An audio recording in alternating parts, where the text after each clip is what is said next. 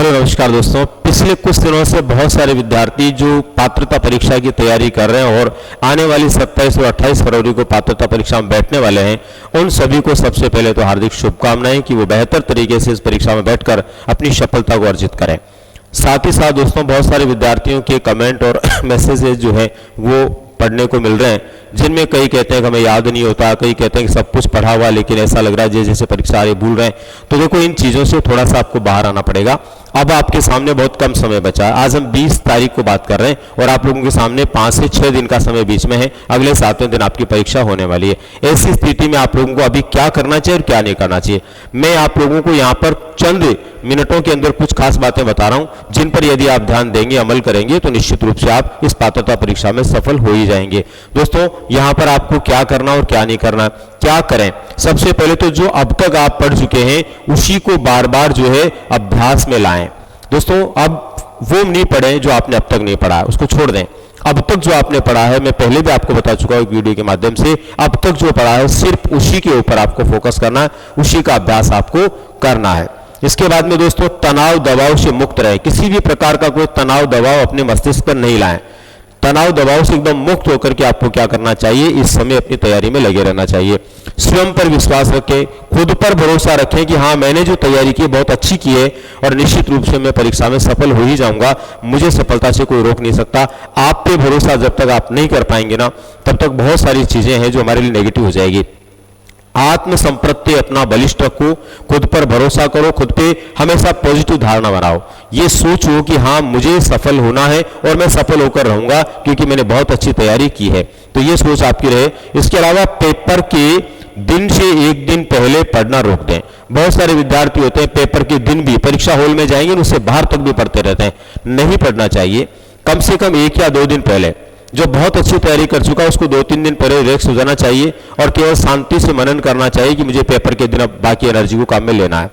बाकी कम से कम 1 दिन पहले तो आप पढ़ना छोड़ ही दें, क्योंकि आप में 1 दिन की पूरी एनर्जी आप में रहेगी, थकावट आप में नहीं होगी, तो पेपर पूरे मन से कर पाएंगे। और अगर आप 1 दिन पहले तक भी रात दिन पढ़ाई कर रहे हैं, जुटे हुए हैं, तो दोस्तों फिर वहां पर आप में थकावट निश्चित रूप से होगी और आपका ध्यान जो है ठीक प्रकार से पेपर को हल करने में नहीं लग पाएगा। इसलिए ध्यान रखिए, कम से कम 1 दिन पहले, हो सके तो 2 दिन पहले पढ़ाई को बिल्कुल छोड़ दें और शांति से केवल और केवल इस बात में मन लगाएं कि हम पेपर को बहुत अच्छे से कर पाएं।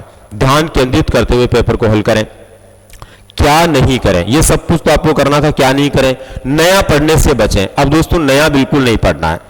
अभी इधर भी हम ये बात कर रहे थे क्या करें, तो यहां पर है पुराना जो उसका अभ्यास करें, लेकिन नया बिल्कुल नहीं पढ़े। नया पढ़ने से बचें। दूसरा, नकारात्मक सोच से बचें। नेगेटिव थिंक बिल्कुल नहीं आने दें अपने माइंड में। नकारात्मक सोच से बिल्कुल बचें। बिल्कुल खुद के बारे में, अपने कार्य के बारे में और अपने रिजल्ट के बारे में नेगेटिव नहीं सोचें। एकदम पॉजिटिव सोच के साथ में, पॉजिटिव एनर्जी के साथ में आप रहें। दिन रात नहीं पढ़ें। बहुत से लोग हैं जो दिन रात लगे हुए हैं, उनको पता ही नहीं है सुबह कब होती है, शाम कब होती है। इतना भी नहीं पढ़ना।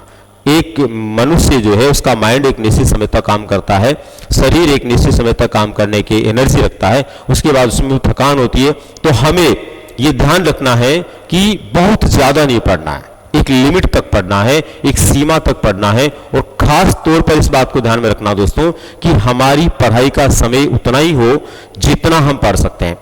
6 घंटे नींद लेनी है, 7 घंटे नींद लेनी है, मतलब लेनी है। उसके अलावा आप पढ़िए, लेकिन नींद के समय को खराब नहीं करें, वरना परीक्षा का समय आते आते आप जो है बहुत ज्यादा समस्या में चले जाओगे। डिप्रेशन जैसी स्थिति लोगों में आ जाती है कई बार, तो वहां पर आप इससे बच पाएं। इसके लिए रात दिन नहीं पढ़ें, समय रखें सोने का, जितना सो सकते हैं उतना सोएं, क्योंकि जितना आप सोएंगे ना उतनी आप में एनर्जी बढ़ेगी और ज्यादा बेहतर आप कर पाएंगे। ठीक है दोस्तों, इसी प्रकार से दूसरे लोगों की बातों एवं अनावश्यक मैराथन क्लासेस से बचें। एक तो दूसरे लोगों की बातों से बचें। दूसरे लोग कुछ भी कह रहे हैं, क्या कह रहे हैं, पेपर कैसा होगा, क्या होगा, क्या आएगा, क्या नहीं आएगा, उससे बचें। आपने जो तैयारी की उस पर भरोसा रखें। दूसरा, आजकल यूट्यूब के माध्यम से आपने देखा होगा हर किसी चैनल के ऊपर बहुत बड़ी बड़ी लंबी लंबी मैराथन क्लासेस चल रही होती है। हम लोग भ्रमित हो जाते हैं कि किसको देखें किसको नहीं देखें, और सीधी सीधी बात है, स्वाभाविक बात है, एक विद्यार्थी होता है, जिज्ञासु होता है और वो सोचता है कि हम उसका देख लेंगे तो अच्छा होगा, उसका देख लेंगे तो अच्छा होगा। तो दोस्तों कुछ क्लासें आप देखिए, बहुत ज्यादा क्लासों के चक्कर में, अनावश्यक क्लासों के चक्कर में मत पड़िए। कोई भी एक सब्जेक्ट है, आपको लगता है अमुक टीचर इस सब्जेक्ट में बहुत बेहतर करता है तो उसकी क्लास आप देख लीजिए, उसके अलावा बाकी की मत देखिए, वरना जितनी क्लासें आप देखोगे ना उतना ही आप में भ्रम पैदा होगा और उतना ही परीक्षा के समय में आपको दिक्कत आएगी। इसलिए अनावश्यक मैराथन क्लासेस से बचें और कोशिश ये करें कि परीक्षा के 1-2 दिन पहले तो ऐसी क्लासें देखना बिल्कुल बंद कर दें, तभी जाकर के आप सकारात्मक सोच के साथ परीक्षा में बैठ पाएंगे और सफलता को प्राप्त कर पाएंगे। उम्मीद करता हूं ये बातें आप लोगों के लिए जरूर काम आएगी और इन पर ध्यान देंगे तो आप आने वाली पात्रता परीक्षा में सफल होकर के ग्रेड 3 की भर्ती के शिक्षक बनने के लिए तैयारी में जुटने योग्य बन जाएंगे। धन्यवाद।